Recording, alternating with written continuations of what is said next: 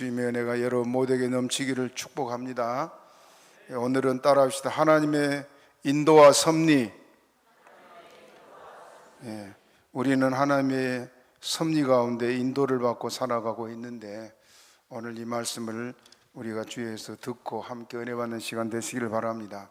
우리나라에 두 번이나 와서 대부흥 집회를 했던 빌리 그레엄 목사님이 있습니다. 아시죠? 여의도 광장에서 100만 명의 성도를 모아놓고 집회를 했었는데 대단했지요. 근데 이 빌리 그레엄 목사님이 목회 시작한 지 얼마 되지 않은 젊은 나이에 어떤 작은 도시에서 설교를 하기 위해서 방문하게 됐다 그래요. 그런데 그곳에 방문해서 급히 보내야 될 편지가 있어가지고 그 편지를 붙이려고 길을 나서서 걸어 다니는데 우체국이 어딘지를 모르겠단 말이에요. 그래서 지나가는 어느 소년을 붙잡아 놓고 얘야 우체국이 어디니? 물었습니다. 아이가 우체국 가는 길을 소상하게 가르쳐줘서 고맙다 하고 말하고는 아이에게 이렇게 말했습니다. 얘야 오늘 밤 저기 있는 교회에 나오너라. 거기서 내가 오늘 천국에 가는 길을 설교할 것이다 그랬습니다. 아이가 갑자기 목사님을 쳐다보더니 하는 말이 안 갈 거예요. 아저씨는 우체국으로 가는 길도 모르잖아요. 그래서 그날 밤에 설교를 하면서 그 말씀을 하셨다 그래요. 우리는 모르는 것이 너무 많습니다. 특히 인생길을 알지 못하는 것 때문에 방황하게 되기도 하고 고민하기도 하고 한 치 앞도 내다보지 못한 우리들의 삶을 탄식하기도 합니다. 그래서 예수를 믿는 성도들은 누가 예언한다 말을 들으면 구름대같이 몰려가기도 하고, 불신자들은 사주 관상을 보고 무당을 찾기도 하고 그랬습니다. 지금 우리나라 지식 수준이, 백성들의 지식 수준이 얼마나 높으니까. 그런데도 여러분, 저 무당들 집에도 문전성시를 이루고 그러지 않습니까? 왜 그래요? 인생길을 몰라서 그렇습니다. 그런데 여러분들, 인생길을 다 알고 사는 사람이 행복할까요? 불행할까요? 여러분, 여러분의 미래를 다 알고 싶은 사람 아멘 해보시 바랍니다. 한 사람도 없네요. 그 모르고 사는 게 더 좋습니까? 하나님이 하신 모든 것이 선하신데요, 우리가 인생길을 모르고 사는 것이 행복입니다. 연구하니 봅시다. 우리가 앞으로 되어질 좋은 일들을 미리 알고 있다. 그 일들이 우리 앞에 딱 닥쳤을 때 행복해요, 안 해요? 행복 안 합니다. 예를 들어 생각해 봅시다. 여러분 며칠 전에 저는 텔레비를 안 봐서 모르겠는데 브라질하고 우리나라 축구 했어요? 예? 언제쯤 했어요? 5대0으로 졌다면서요. 예. 그런데 만약에 우리가 5대0으로 브라질을 이겼다 하는 것을 미리 알고 경기를 본 사람이 행복해요, 안 해요? 별로 재미없습니다. 또 봅시다. 우리하고 일본하고 운동 경기를 하면 제일 뜨겁지요. 특히 농구를 하면은 한 포인트 차로 막 이겼다 졌다 시소 게임을 해요. 그런데 우리가 일본에게 한 포인트 앞서면 일본이 또 앞서고 계속 그 손에 땀을 쥐고 그냥 하나 너무 으악 하고 소리를 지르고 난리를 하는데, 마지막에 우리가 한 포인트짜리 이겼다, 아마 일어나서 막 온 식구가 끌어안고 방을 뛰면서 좋다고 할 겁니다. 그렇죠? 그런데 그 이기는 걸 미리 알고 텔레비를 보면 재미있어요, 없어요? 재미없어요. 여러분이 우리 앞으로 살아갈 인생길에 어떤 일이 펼쳐질 걸 미리 알고 산다면 그 사람 불행한 사람입니다. 그래서 하나님께서 우리에게 그걸 꼭꼭 감춰놓고 하나님만 아시고 계신 겁니다. 이해됩니까? 불행도 마찬가지요. 여러분 보세요. 집안에 지금 불행한 일이 우리에게 닥쳐온다. 어떨까요? 미리 걱정하고 잠 못 자고 밥도 못 먹고. 가끔 불교의 스님들 얘기를 들어보면요, 사람들 집에 가가지고 좀 돈 있어 보이는 집에 가서 이 집에 예군이 끼었다고, 또 얼마 있다가 사람이 죽어나갈 거라고 그 말 한마디 던지고 나오면 난리가 난대, 난리가 나. 그래서 찾아와서 어떻게 해야 되냐고, 돈을 내야 된다고, 뭐 몇 억이라도 내놓을 정도로 그래요. 그 잠 못 자고 불안해하고 그렇습니다. 미래를 알고 산다는 것이 절대 행복이 아닙니다. 믿습니까? 누가 예언한다면 여러분 가지 마세요. 그렇게 하시려면 아멘 하시 바랍니다. 예언한 사람들이 가짜 예언자들이 많기 때문에 늘 속고 사는 일이 얼마나 많이 있습니까? 그래서 여러분들, 하나님만 우리의 인생길을 알고 우리를 선한 길로 선하게 인도해 가십니다.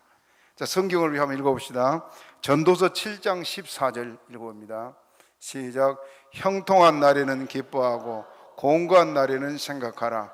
하나님이 이 두 가지를 병행하게 하사 사람으로 그 장래일을 능히 헤아려 알지 못하게 하셨니.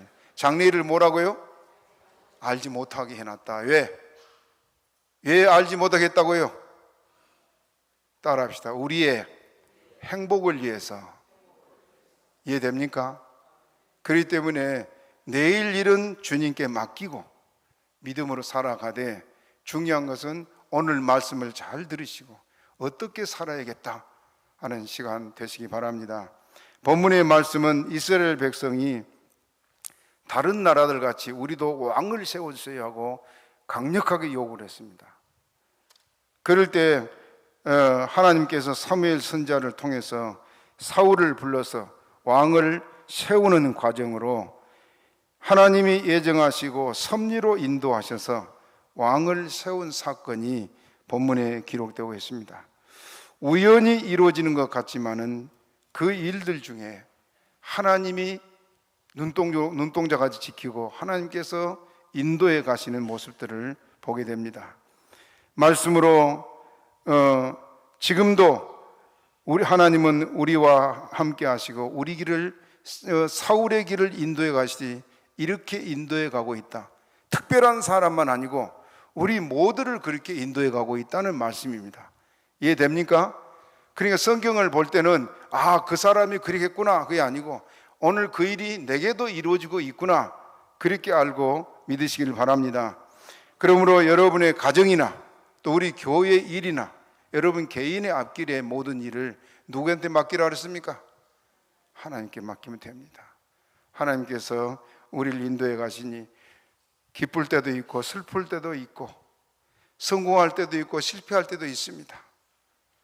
욥처럼 동방의 제일 부자가 돼서 평안을 누리고 모든 사람이 칭송을 받을 때도 있지만은 하루아침에 집안이 망하는 그런 일도 있지 않았습니까? 그 배후에 누가 있었습니까? 하나님이요. 그러나 망하도록 내버려두지 않고 갑절의 복을 주지 않았습니까? 여러분, 우리가 이렇게 어려운 일을 당하고 괴롭기도 하고 낙심되기도 하지만은 하나님 우리를 그대로 버려두지 않습니다. 믿습니까? 다시 일으키시고 다시 복을 주시고 다시 우리를 인도해 가신 줄로 믿고 늘 주님과 동행하는 삶이 되시길 바랍니다. 오늘은 말씀 내용이 길어서 시간이 다 될는지 모르겠습니다만은 시간 되는 데까지 말씀 전하겠습니다. 첫째는 기스의 아들 사울에 대해서 보겠습니다. 1절 우리 같이 한번 읽어봅니다.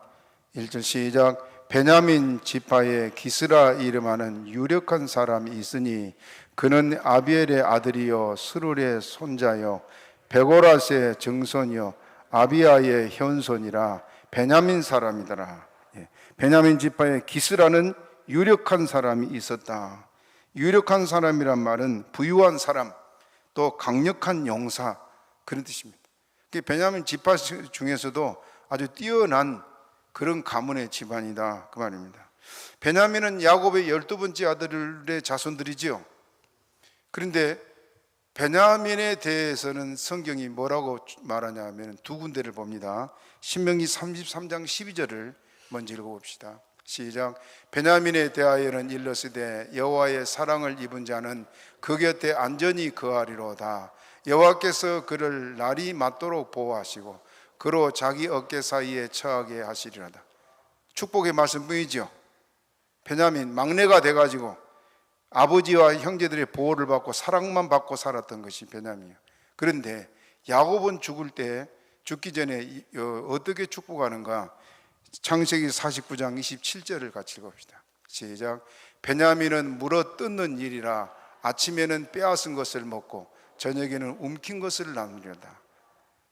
각인의 분량대로 축복했다고 그랬는데 야곱이 왜 이렇게 말했느냐? 베냐민은 어려서부터 고생했어요, 안 했어요? 안 했어요. 사랑만 받고 맨날 받고만 살아요. 받고만. 부모의 사랑, 형제의 사랑.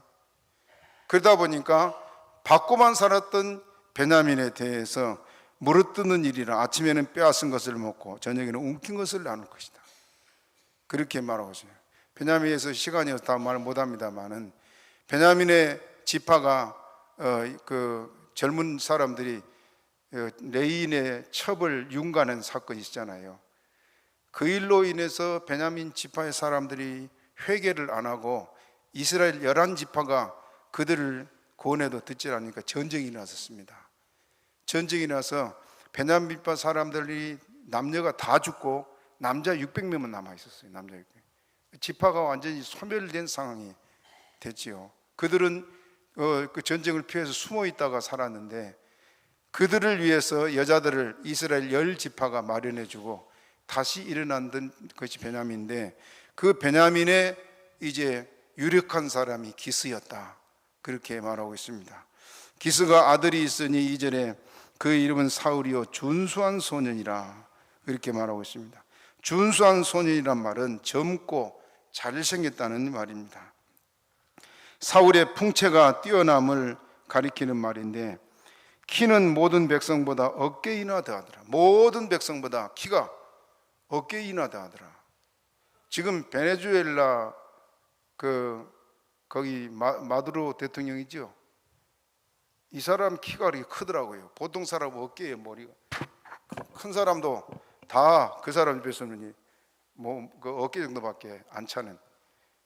근데 사울이 그랬다. 사울이.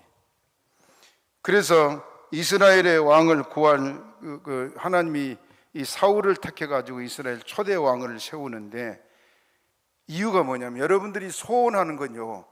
지금 우리도 마찬가지. 우리가 옳든지 아니든지 소원하게 되면 하나님이 그거 이루십니다. 이 뭐냐 하면 이스라엘 백성들이 우리도 왕을 세우세요. 다른 나라 같이. 이스라엘의 왕이 누굽니까? 하나님이요. 전능하신 하나님이 왕이니까 문이나 빗장이 없고 군대가 없어도 이스라엘은 걱정이 없어요. 왜? 누가 지키니까? 하나님이 지키니까. 다른 나라가 쳐들어올 생각도 못해. 이스라엘은 아무것도 모르고 편안히 살아갔지만은 하나님이 지키니까. 그런 이스라엘이 우리도 다른 나라 같이 왕을 세워달라고 막 그러니까 하나님이 세워줬습니다. 그 왕을 요구한 목적이 뭐냐 하면 왕은 왕의 기상이 있고 인물이 뛰어나고 모든 사람을 통솔하고 백성들이 엎드려 경배하고 따라갈 만큼 남보다 뛰어난 그런 외적인 모습의 왕을 찾았단 말입니다. 하나님이 너희들 요구가 그렇게 해라 하고 세워준 것이 사울입니다. 옛 어른들이 신원서판이라는 말을 했지요. 그 중에 첫 번째가 사람의 그 준수함에 대해서 인물을 고르는데 이 네 가지를 가지고 그렇게 말하는 첫 번째가 신원서판, 키를 가리고 말하고 있는데 이렇게 사울은 키가 다른 사람보다 이렇게 크고 또 그가 왕으로 백성들이 원하는 만큼 그런 인물이었다. 그래서 하나님께서 그들의 요구대로 이렇게 세웠습니다. 사무엘상 16장 6절에 보게 되면은 그 사무엘이 하나님이 다윗을 왕으로 세우려고 할 때 다윗 왕의 맏형 엘리압을 보고 뭐라고 말하냐면은 여호와의 기름 부으실 자가 과연 그 앞에 있도다 하고 사무엘이 말을 합니다. 뭘 보고 그랬을까요? 사무엘도 외모를 봤어요. 외모를.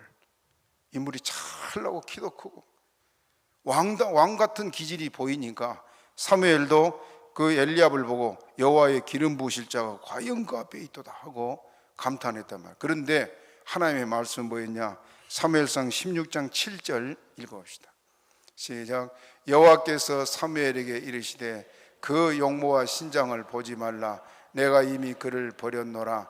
나의 보는 것은 사람과 같지 아니하니 사람은 외모를 보거니와 나 여호와는 중심을 보느니라. 사람은 뭘 본다고요? 외모를 본. 이스라엘이 요구한 것은 사울 같은 사람, 외모를 원했다고 합니다. 능력이 있고 또 백성들 끌어가서 전쟁을 할 수 있는 그런 담대함도 있고 모든 것을 갖춘 그런 외적인 것을 찾았는데 하나님은 뭘 보신다고요? 중심을 보신다. 중심.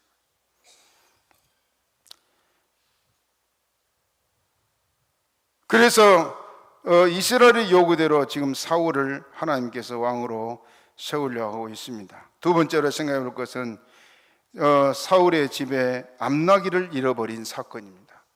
암나기를 잃어버려서 그 아비 기스가 사울에게 암나기를 가서 찾아오라고 그렇게 말하고 있습니다. 나귀는 당시 그 어려운 시대에 그 귀족들의 자기 위험을 과시하고 즐겨 탄 그런 동물이 나귀였다고 그러는데 암나귀들을 잃어버린 것은 재산상 큰 손실 아닙니까? 그래서 다른 사람들도 마찬가지겠지만은 기스의 가족도 그 암나귀로 인해서 근심하고 또 걱정하고 또 재산상 손실이나 어려움을 겪게 되면 누구나 그 어려움을 타개하라고 애쓴 것처럼 그 가정도 그 암나귀를 찾아서 다 나섰습니다. 사울은 자기 사환을 데리고 먼 길을 돌아 3일 동안 돌아다녔습니다. 여러분 사람이 하루에 걸을 수 있는 길이 거의 한 100리길 돼요. 그런데 사울이 지금 그 에브라임 지파 지역, 베냐민 지파 지역을 거의 다 돌아다녔습니다. 그러면서 이곳에서 3일을 걸었으니까 얼마나 많이 걸어 다녔겠어요? 잠시도 쉬지 않고 암나귀를 찾는다고 돌아다녔습니다.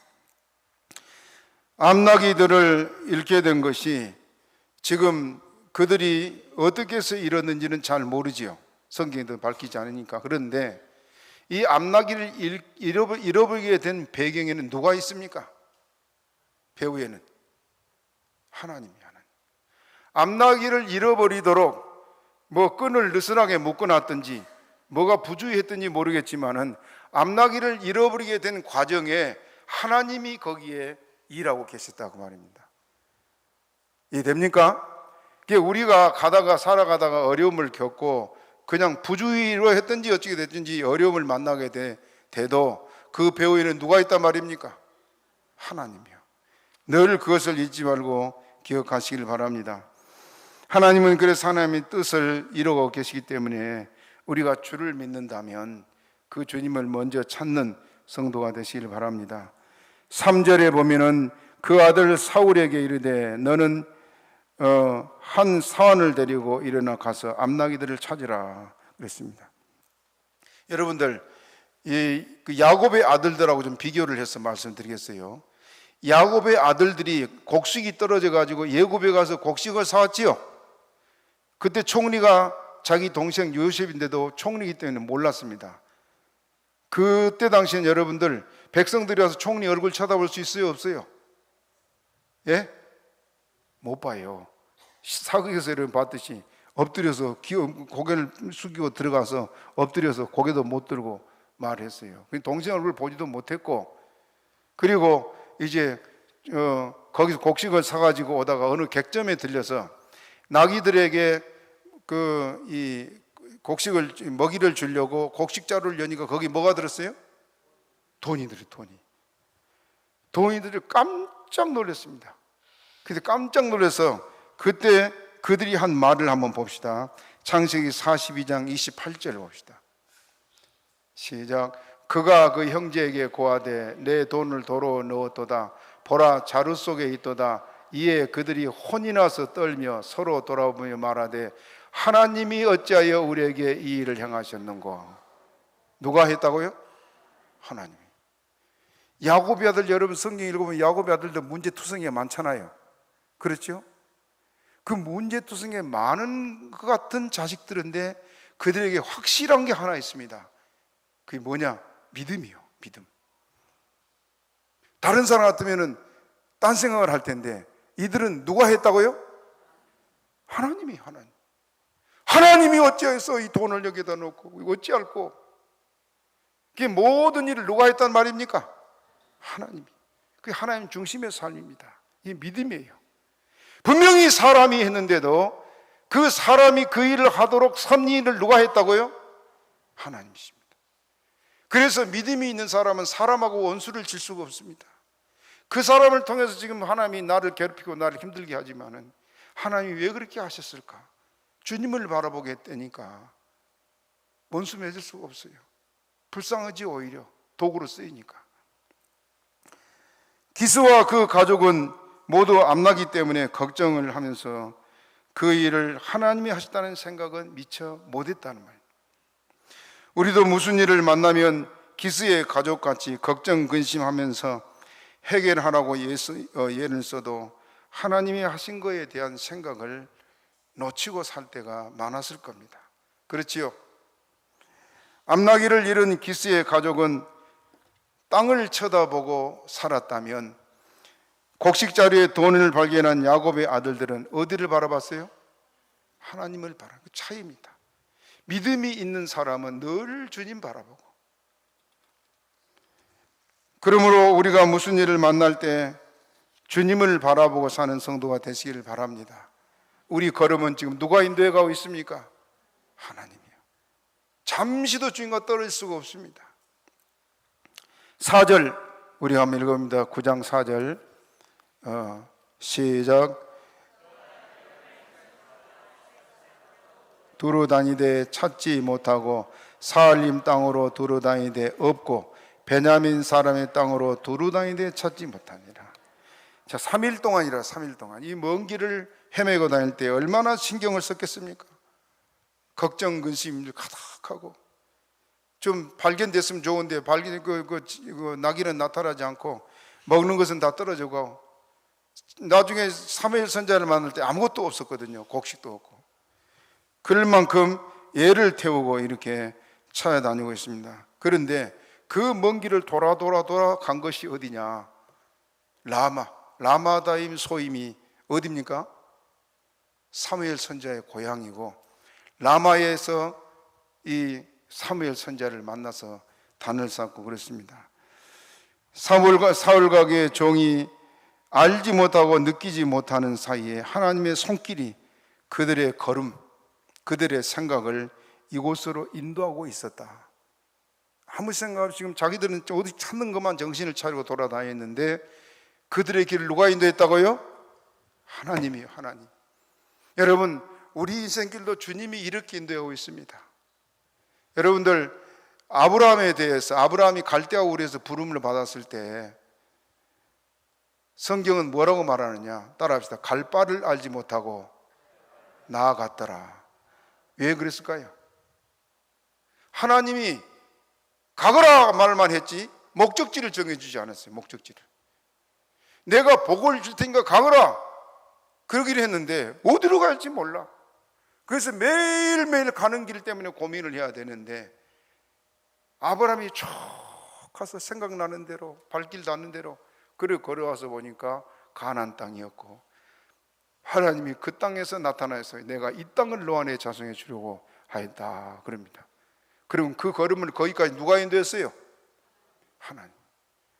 여러분 걸음은 지금 누가 인도하고 있습니까? 하나님. 믿습니까? 나의 갈 길 다가도록 불러봅시다. 나의 갈 길 다가도록 예수 인도하시니 내 주 안에 있는 긍휼 어찌 의심하리요. 믿음으로 사는 자 하늘 위로 받겠네. 무슨 일을 만나든지 만사 형통하리라.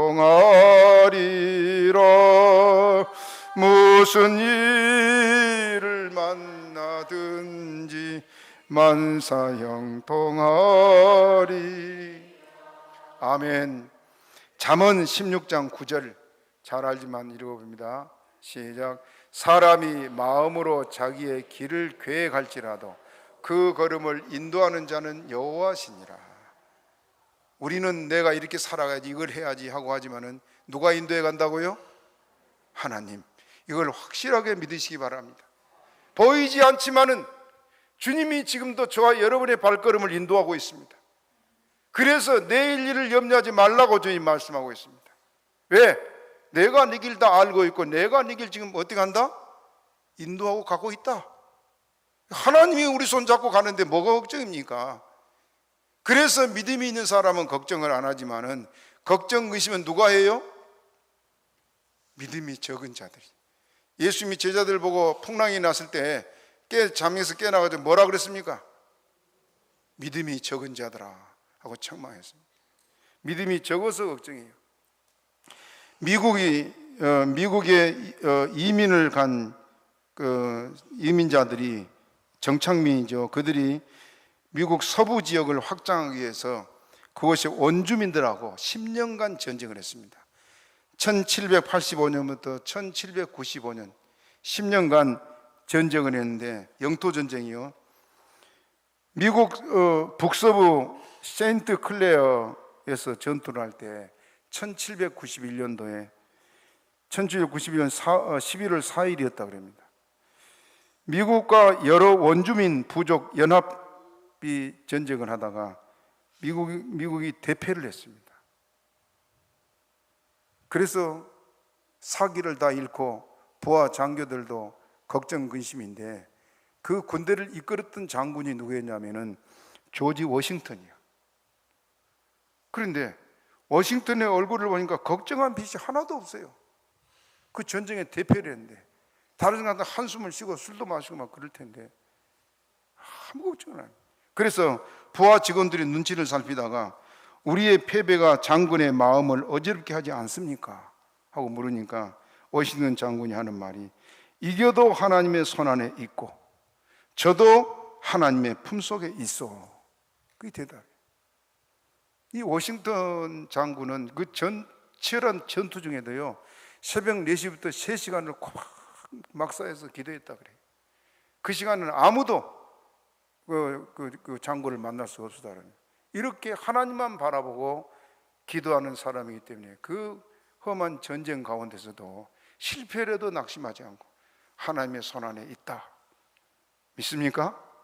기도하는 사람은 낙심하지 않습니다. 그를 이렇게 전쟁을 해서 결국 승리했던 이 워싱턴은 미국의 초대 대통령이 되지 않았습니까? 그는 하나님만 바라보았고 하나님께서 인도하심을 믿고 따라갔습니다. 우리가 발을 땅에 딛고 걸어 다니지만은 우리 눈은 위에 계신 하나님을 바라보고 살아가야 됩니다. 그렇게 하시려면 아멘 하시 바랍니다. 아래를 바라보면 걱정하고 근심할 일밖에 없어. 늘 날마다 펼쳐지니 좋은 일이든 많습니까? 안 좋은 일이든 많습니까? 그런데 위를 바라보고 살면 걱정돼요, 안 돼요? 걱정 안 돼요. 땅에 사는 동안에 여러분이 땅에 발을 딛고 살아가지만은 언제나 위를 바라보고 주의 인도하심을 따라가는 성도가 되시기를 바랍니다. 그러므로 하나님과 동행하는 성도는 걱정할 일이 없습니다. 찬양의 물결 285장 1절 2절, 주께서 내 길 인도하시네. 한번 부릅니다. 주께서 내 길 인도하시네. 주께서 내 길 인도하시네. 나의 하루하루를 주를 위해 살리라. 주께서 내 길 인도하시네. 2절, 나 이제 주를 따라가리라. 나 이제 주를 따라가리라. 나의 하루하루를 주를 따라 살리라. 나 이제 주를 따라가리라. 똑같이 예수를 믿어도 행복하는 사람이 있고 늘 근심 걱정을 짊어지고 사람이 있습니다. 행복한 사람이 누굴까요? 주님과 동행하는 사람입니다.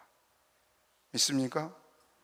우리는 주님께서 눈동자까지 지키고 주무시지 않고 졸지 않고 우리를 지키고 인도해 가시는데 우리는 걱정이 태산이라.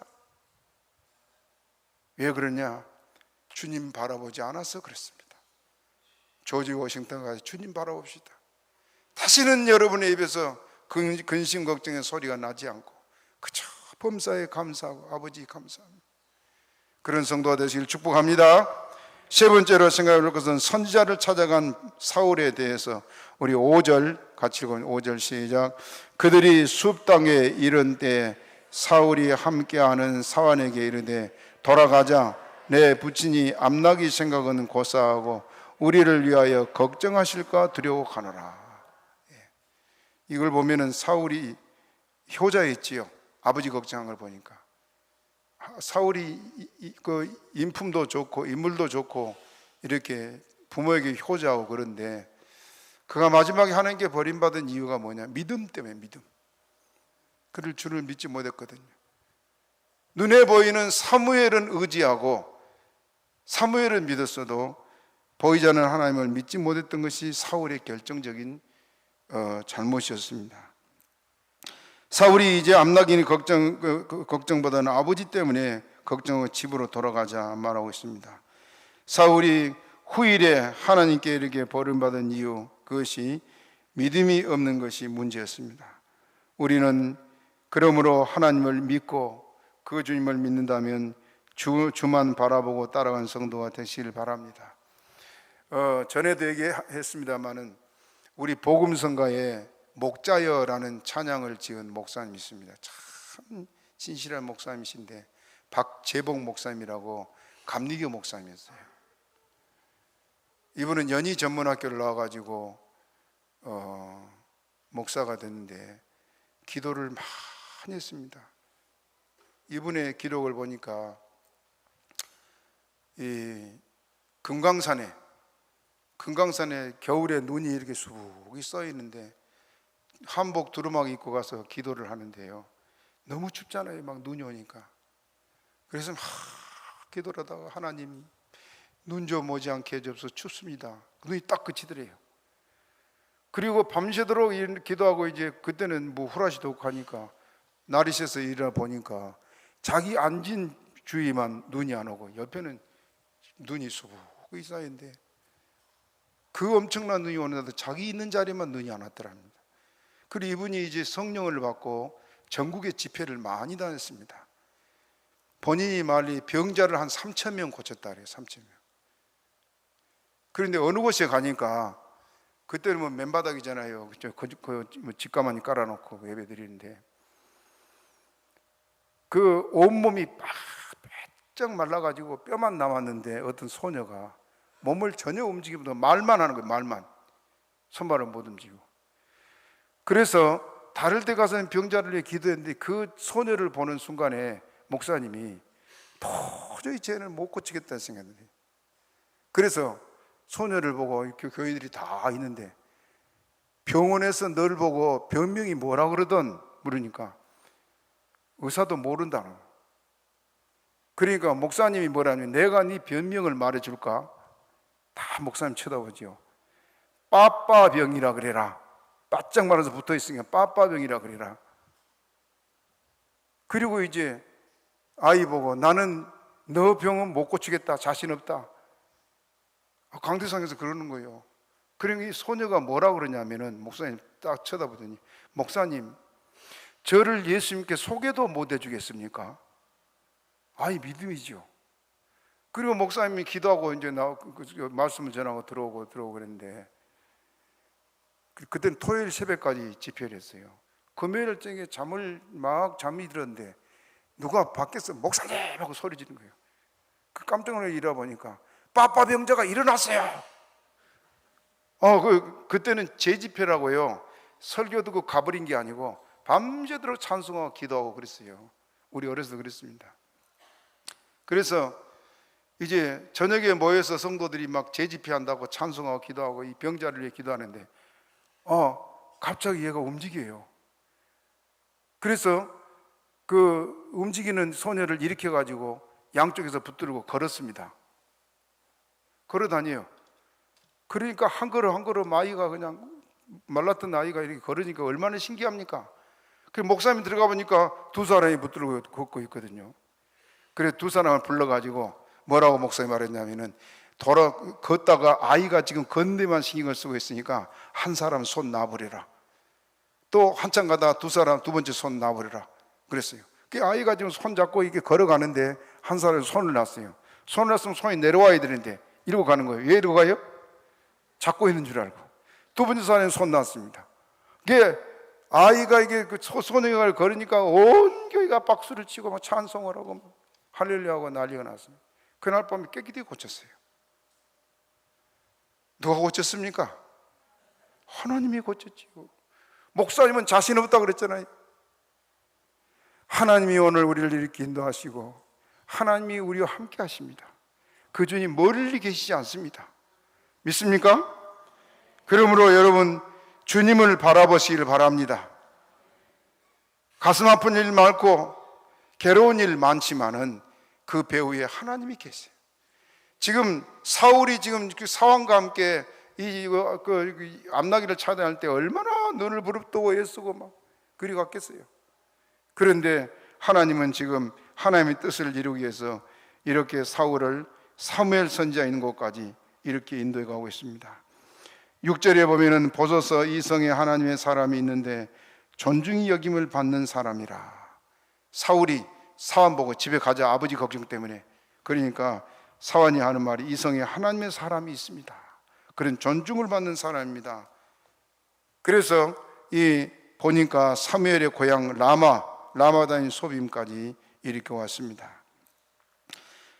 하나님의 종을 이렇게 존중의 영입을 받는다. 하나님을 경외하는 시대마다 하나님의 종들을 이렇게 존중히 여겼습니다만은 또 시대가 타락하면 이사야나 에레미야처럼 멸시를 받고 조롱을 당하고 학대를 당하고 그러게 했습니다. 사무엘 때는 하나님을 경외함으로 하나님의 종들을 이렇게 존중히 여겼습니다. 여러분, 나는 지금 중국의 역사 이래로 없었던 일들이 일어나고 있잖아요. 계속 태풍도 거기만 가고 이 중국이 지금 초토화돼 가고 있습니다. 왜 그러느냐? 그 누가 한 거예요? 하나님이 하신 거죠. 이유가 뭐냐? 제가 뭐 2년 몇 년 전인가 지금 그 중국을 갔다 왔잖아요. 가서 가슴 아팠던 게 뭐냐 하면요, 어느 정도 규모가 있는 교회 목사님들은 전부 다 감옥 가 있어요. 감옥 간 죄목이 뭐냐? 재산에 비리 있다고. 목사한테 그 재산 비리 있다고 하면 꼼짝 못 해요. 그 심양의 서탑교회 가면은 오목사라고 있어요. 여자 목사예요. 아주 진실합니다. 감옥에 가서 5년형을 받았더라고요. 그리고 재산 몰수. 성도가 한 3천 명이 넘는데 그 재산 전부 다 몰수당하고. 우리 교회 왔던 우리 장성광 목사, 거기도 감옥 가서 5년 살았어요. 거기는 학교를 사가지고 교회가 크게 붕괴했거든요. 그 재산 빼느라고. 전국의 교회를 이렇게 재산을 다 빼왔어요. 이 시진핑이가. 그 하나님 가만두겠습니까? 그래 지금 저 난리가 나서 지금 시진핑도 결국 끌어내리는 지금 상황이 됐습니다. 아무튼 사무엘 시대에는 하나님의 종들에게 존중을 받았다, 그렇게 말해요. 그래서 6절에 그가 말하는 것은 반드시 다 응한다고 말하고 있습니다. 하나님께서 사무엘을 들어 쓰므로 이런 역사가 일어나고 있습니다. 그래서 사울이 사무엘 선지자를 찾아가면서 예물을 드려야 할 텐데 뭘 드릴까? 가진 게 없는데. 그리고 사환이 뭐라 하냐면은 내게 은 한 세겔 중에 4분의 1이 있습니다. 4분의 1이 약 2.9g 정도밖에 안 됩니다.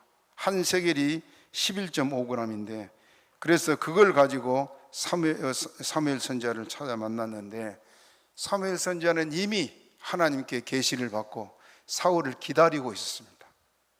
그래서 그를 이스라엘의 왕으로 세웁니다. 시간이 여러분 지나서 말씀을 마무리하려고 합니다. 여러분들, 사울의 집안에 일어났던 사건, 사울이 길을 헤매고 다니면서 암나기를 찾아 헤매는 사건, 사울이 사무엘 선지자를 만나서 이스라엘의 왕으로 세워진 이 모든 일 과정에 누가 그 일을 하셨습니까? 하나님이요. 그걸 믿으면 아멘 하시 바랍니다. 이 일을 행하시는 여호와, 그 일을 지어 성취하신 이가 여호와시라. 믿습니까? 그러니 이제는 여러분을 전체를 주님께 온전히 맡기시기를 바랍니다. 하나님이 우리 길 인도하고 계십니다. 욥은 환난에서 이렇게 말을 합니다. 욥은 마지막으로 성경 한번 읽어봅시다. 욥기 23장 10절 같이 읽어봐요. 시작. 나의 가는 길을 오직 그가 아시나니 그가 나를 단련하시오니는 내가 정금같이 나. 다시 한번 시작. 나의 가는 길을 오직 그가 아시나니 그가 나를 단련하신 후에는 내가 정금같이 나오리라. 얼마나 감사해요, 여러분. 욥이 그 모진 환난 가운데 이 고백을 하고 있습니다. 나의 가는 길을 오직 그가 아시나니 그가 나를 단련하시니 내가 정금같이 나오리라. 믿습니까? 살아가다가 어려움을 당하고 실패를 당하고 질병으로 고생하고 절망의 골짜기에 여러분 내몰려져도 낙심하지 말 것은 그 가운데 누가 있다고요? 하나님. 하나님이 저와 여러분의 길을 이렇게 인도해 가십니다.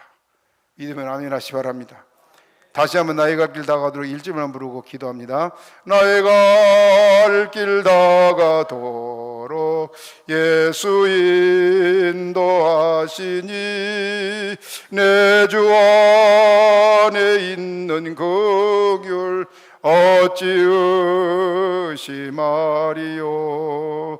믿음으로 사는 자는 하늘 위로 받겠네. 무슨 일을 만나든지 만사 형통하리라. 무슨 일을 만나든지 만사 형통하리라. 아멘. 믿음으로 사는 사람 하나님께서 복을 주십니다. 여러분 인생을 이 시간 주께 맡기고, 하나님 이제는 바른 땅에 딛고 살아도 내가 주님만 바라보고 살겠습니다 하는 마음으로 주여 주여 세 번 기도합니다. 주여 주여 주여